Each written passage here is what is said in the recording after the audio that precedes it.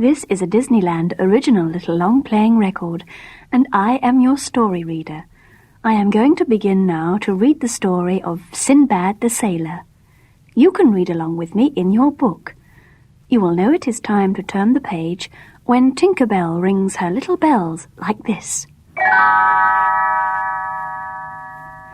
Let's begin now. The story of Sinbad the Sailor goes back hundreds of years to the ancient kingdom of Persia. Sinbad made many voyages. He had so much trouble on some of them that he sometimes thought he would give up sailing. In the beginning, Sinbad inherited a large sum of money from his father. For a time, he lived like a king. Much of the wealth was quickly spent. He decided to use what was left on a trading voyage to the Indies, and he went into business with some merchants. One fine day they all set sail. For a time all went well.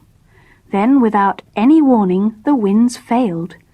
There was nothing to do but wait until they rose again. In the meantime, Sinbad and the merchants were becalmed beside a small island. They decided to go ashore and explore it.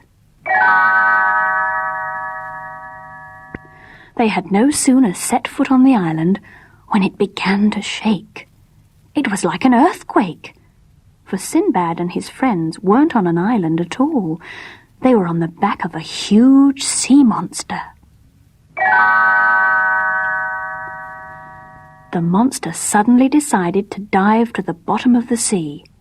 Sinbad managed to grab hold of a piece of driftwood and remain afloat, but the captain of the ship, seeing what had happened, grew frightened and sailed away.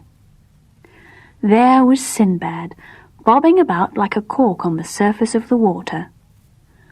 After a day and a night adrift, he was losing all hope, when a large wave appeared and carried him to the shores of another island, a real one this time. Some men who were taking care of the Maharaja's horses found Sinbad and rescued him.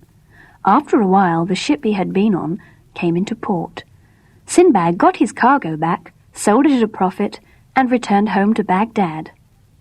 You would think that by this time Sinbad would have had enough sailing. Instead, he was soon off on another voyage. This time, the ship dropped anchor at a beautiful island covered with fruit trees. Sinbad went ashore to eat lunch and take a nap. He slept too long. The ship went off without him. When he awoke, Sinbad climbed a tree to see where he was.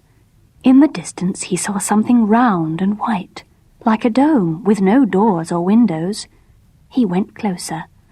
Suddenly the sky darkened. A monstrous bird called a roc was flying toward him. The big white object was its egg. Here was Sinbad's chance to escape from the island.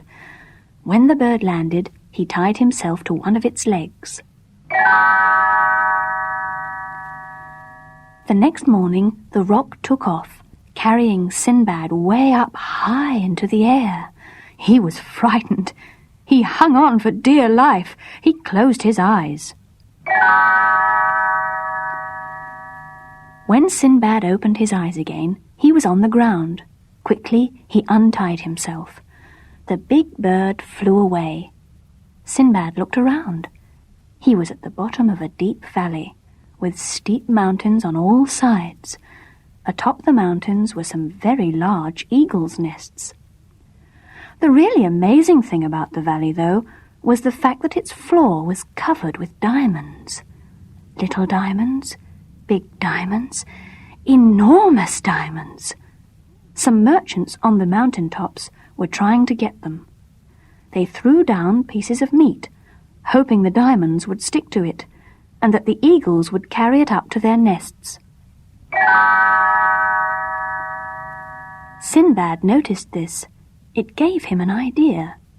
First, he collected the largest diamonds he could find and put them in his pack. Then he fastened a big piece of meat to his back and lay down on the ground. No sooner had he done this than an eagle swooped down, picked up Sinbad, and flew to his nest on the top of the mountain. The merchants drove the eagle away, but were very surprised to find Sinbad in the nest. They were even a little angry at Sinbad, until they saw the diamonds he had brought with him. Sinbad shared some of the jewels with them. In return, the merchants helped him get home again. Even after giving presents to the poor, Sinbad had enough wealth left to live in very splendid fashion. He vowed he was through travelling, as of course he was. Until his next voyage, that is.